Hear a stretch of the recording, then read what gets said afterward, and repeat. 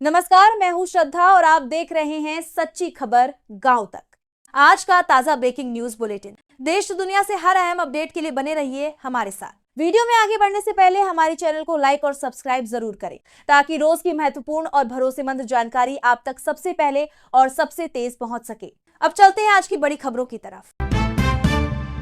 भीषण गर्मी से बढ़ी बिजली की किल्लत। भारत में पावर डिमांड 270 GW के ऐतिहासिक रिकॉर्ड पर। उत्तर और मध्य भारत में जारी भीषण हीटवेव के कारण देश में बिजली की मांग ने अब तक के सारे रिकॉर्ड तोड़ दिए हैं। आज जारी आंकड़ों के अनुसार देश की peak power demand 270 gigawatt W के ऐतिहासिक स्तर पर पहुंच गई है।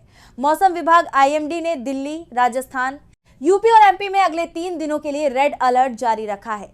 शहरों में एयर कंडीशनर, एस और कूलरों के लगातार चलने से ग्रिड पर भारी दबाव है, जिससे कई इलाकों में अघोषित बिजली कटौती भी शुरू हो गई है। स्वदेशी 5वीं पीढ़ी के stealth fighter jet MCA project को मिली मंजूरी। 3 प्राइवेट कंपनियां रेस में। भारतीय रक्षा क्षेत्र में आत्मनिर्भरता को बढ़ावा देने के लिए रक्षा मंत्रालय ने 15 करोड़ रुपए के MCA advanced medium combat aircraft project के तहत कंपनियों से प्रस्ताव मांगे हैं। 5वीं पीढ़ी के स्टेल्थ फाइटर जेट को बनाने के लिए देश की 3 बड़ी प्राइवेट कंपनियां रेस में शामिल हो गई हैं। जो भी कंपनी ये टेंडर जीतेगी वह आंध्र प्रदेश में बनने वाली एक नई ग्रीनफील्ड फैसिलिटी में इस विमान के 5 शुरुआती प्रोटोटाइप मॉडल तैयार करेगी। यह वायुसेना के लिए बड़ा गेम चेंजर साबित होगा। तमिलनाडु के नए मुख्यमंत्री विजय ने दिल्ली में PM नरेंद्र मोदी से की मुलाकात।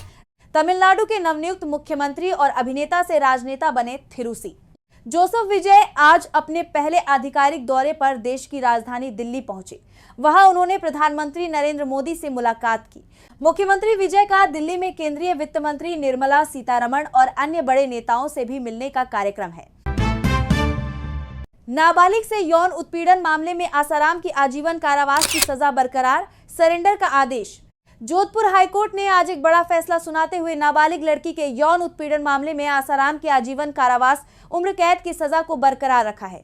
हालांकि इस मामले में सह आरोपी शिल्पी और शरद चंद को कोर्ट ने बरी कर दिया है। आसाराम फिलहाल खराब स्वास्थ्य के आधार पर अंतरिम जमानत पर बाहर चल रहे थे, लेकिन हाईकोर्ट के इस सख्त फैसले के बाद उन्हें अब जल्द ही अदालत के सामने सरेंडर करना होगा। गृह मंत्री अमित शाह ने अप्राकृतिक जनसांख्यिकीय बदलाव की जांच के लिए बनाई कमेटी। केंद्रीय गृह मंत्री अमित शाह ने देश में अवैध घुसपैठ और अन्य कारणों से हो रहे अप्राकृतिक जनसांख्यिकीय बदलाव डेमोग्राफिक चेंज की व्यापक जांच के लिए एक उच्च स्तरीय समिति के गठन की घोषणा की है। इस समिति की अध्यक्षता सुप्रीम कोर्ट के सेवानिवृत्त जस्टिस प्रकाश प्रभाकर नाव लेकर करेंगे। अमित शाह ने सोशल मीडिया पर बताया कि यह घुसपैठ देश की सुरक्षा और भविष्य के लिए एक गंभीर चुनौती है। साथ ही उन्होंने आज से देश के भारत पाकिस्तान और भारत बांग्लादेश सीमावर्ती इलाकों का 3 सप्ताह का दौरा भी शुरू कर दिया है। कर्नाटक की राजनीति में बड़ा भूचाल। मुख्यमंत्री सिद्धारमैया कल दे सकते हैं इस्तीफा। कर्नाटक कांग्रेस और सरकार के भीतर चल रही अंदरूनी खींचतान अब चरम पर पहुंच गई है।